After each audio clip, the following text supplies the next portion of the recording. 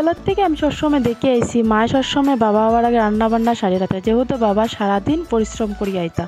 তো আমিও চেষ্টা করি যাতে মার মতো হইতে পারো, মার মতো তো হওয়া চাইতো না, তো আমি চেষ্টা করি এদিকে আমার বর হওয়ার আগে যাতে আমি রান্না বান্না সব সারিয়ে রাখতে পারি। যেহেতু সারাদিন পরিশ্রম করি তো দুপুরে তো ঠিকমতো খাওয়া দাওয়া হয় না, তো আমি চেষ্টা করি রাত্রে যাতে আমি তার খানি মানে প্লেটে যাতে ভালো কিছু দিতে পারি।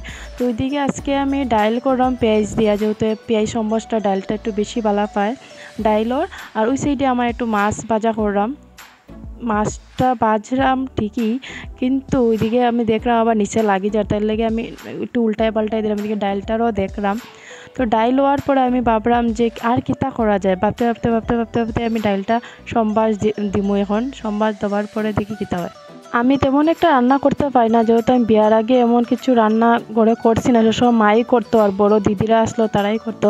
তো বিয়ার পরে আমি টুকটাক রান্না শিখছি, যেহেতু আমার শাশুড়িও শিখাই দিচ্ছে, আর একটু একটু আমি দেখেও কিছুটা যেটা নলেজ থাকে এটা শিখছি। এদিকে আমার ডাইল হয়ে গেল, ডাইল হওয়ার পরে আলুটা আমি আস্তে কাটিয়া সিদ্ধ বয়েছি। এদিকে আমার প্রেসার করে সিটি দিলার আস্তে আস্তে, তারপরে লামাইয়া আমি এটার মধ্যে একটু পেঁয়াজ ভাজা আর শুকনো লঙ্কা দিছি, এর মধ্যে লবণ দিলাম একটু, আর একটু ঘি দিলে একটু খাইতেও যাতে ভালো লাগে আর কি। এদিকে আমি খাওয়ার প্লেটটা বাড়িতে, যেহেতু রাত্রে 11টা বাজে গেছে, একটু লেটই হয় আমরা খাওয়া দাওয়া করতে।